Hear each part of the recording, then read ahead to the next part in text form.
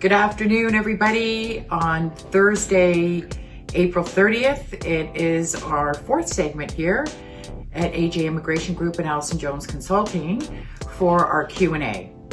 Hope everybody is doing well. And today we have Kaylee.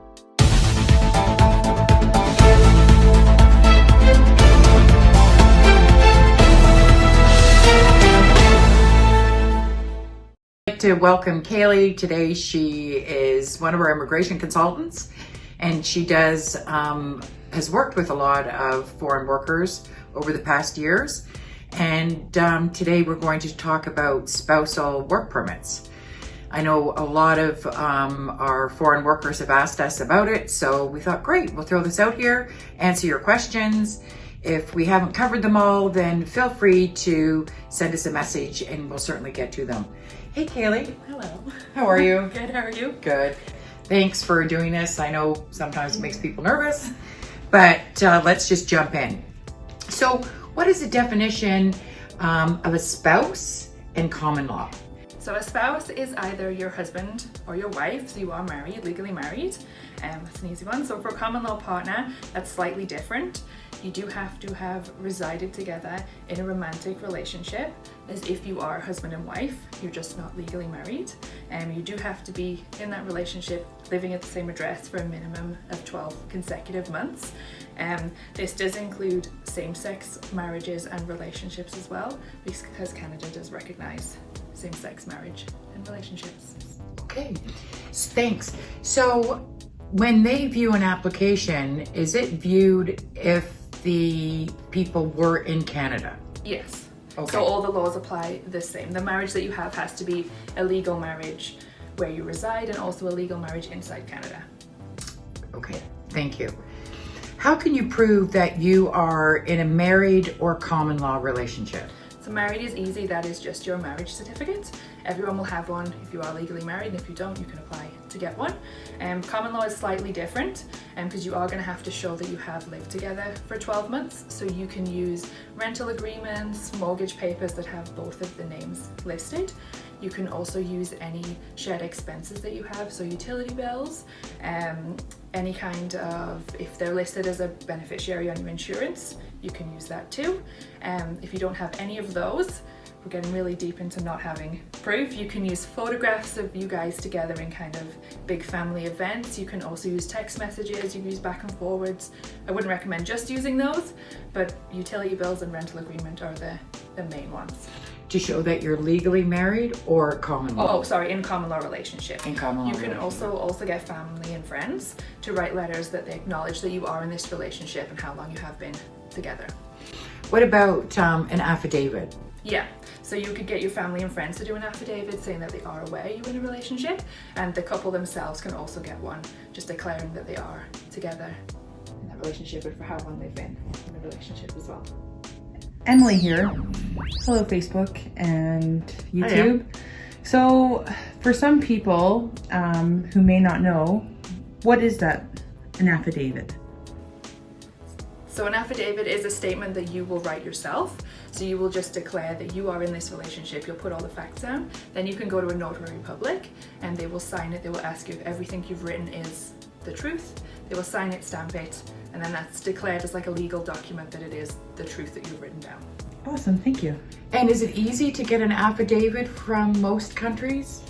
I think so. Each country will depend who will have to actually stamp that, but I've never had any issues in anybody trying to get to get one yet. Oh, okay. So that's good to know, because sometimes, especially in a common law relationship, I know we have a lot of, here's a question. Can you be married and in a common law relationship? No, you have to be separated. You can still legally be married, but you have to be going through a separation and then be in a common law relationship. So it would depend, obviously, if you're separated from your wife or your husband, you're not going to want to bring them over. You are going to need to show a separation document or an affidavit declaring that you are separated and this is your new common law partner, because legally you're still married, but you are in a different relationship, so you will need to declare So that's when an affidavit will come in handy, because some countries do not have separation agreements, or even divorce, they do, but an annulment can take a very long time. So they have an affidavit saying that yes, they are legally separated with the date of the separation, and I guess so on and so forth. Okay. This is one other question. Kayla might get mad because it's not on my question list.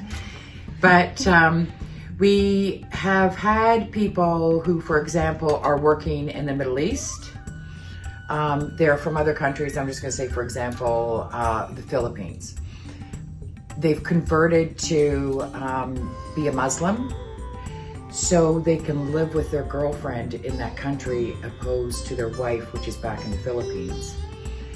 They want to sponsor that wife. What wife would they sponsor in Canadian law? Are they married twice? In Islam, they can be, yes. It has to be a legal marriage in Canada and in the country where they were married, so it would only count for their first wife, because their second marriage in Canada wouldn't be a legal marriage. Right. But they could, as a common law, I would presume, sponsor them. Right, okay. It's a question we get asked quite a bit. Okay, thanks. What are the requirements when applying for a spouse or common law partner work permit? So for the work permit, your spouse or common law partner in Canada has to have valid status here, a valid work permit for a minimum of 6 months. The position that they're working in needs to be a certain skill level. It needs to be high skilled, so skill level 0, A or B.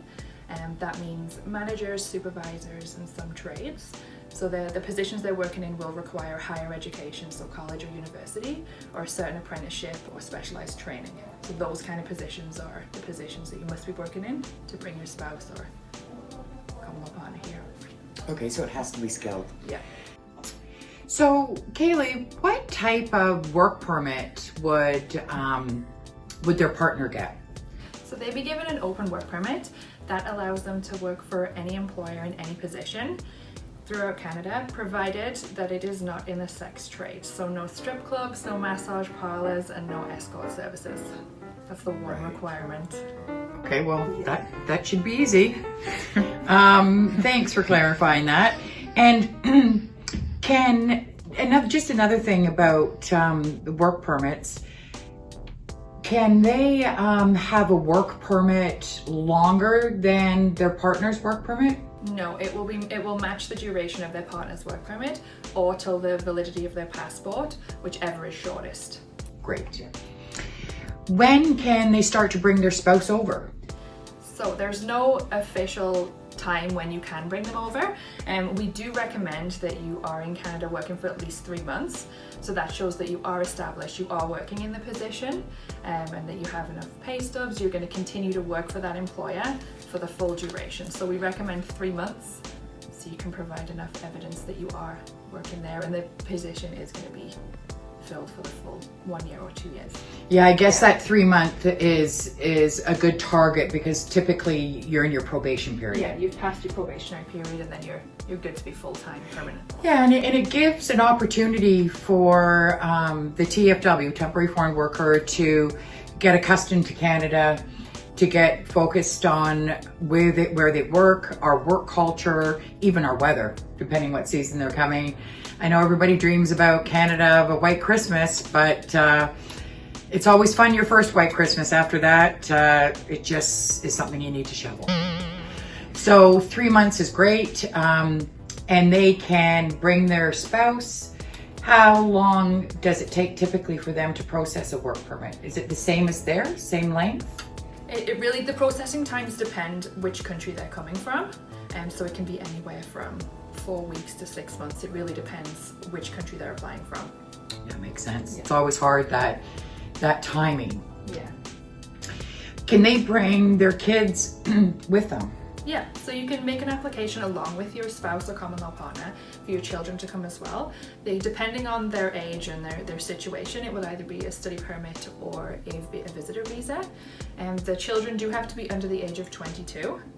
That's the main requirement for Is that for a dependent? For a dependent child, yes, they have to be dependent on you to come here as long as they're under the age of 22. Okay. Yeah. So a dependent is 22 now. Yeah. They're always changing that, Yeah, aren't they? you know, it was 22, then it was like 19, and back to 22 again. Right, okay, so we're at 22. Yeah.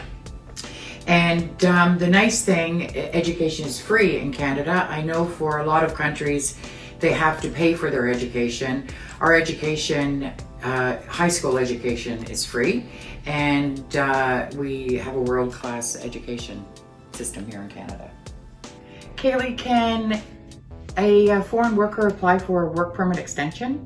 Yes, so as this is a spouse and common law work permit, they are kind of linked to their spouse or common law partner's work permit that's here. So if their spouse or common law gets a new LMIA and they submit an application for an extension, you would just include your open work permit extension with that, and provided on whether the main applicant gets approved, you'll also get approved, and it will match the same duration, and it will still be an open work permit. So yes. So everything's tied. Everything's tied to that. So I guess same with kids. If they come here and they want to go to school, they'll have to get a student visa?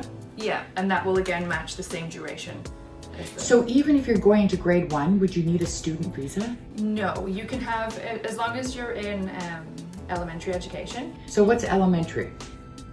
Kindergarten to grade 9? 9. Okay, so before high school. Yeah.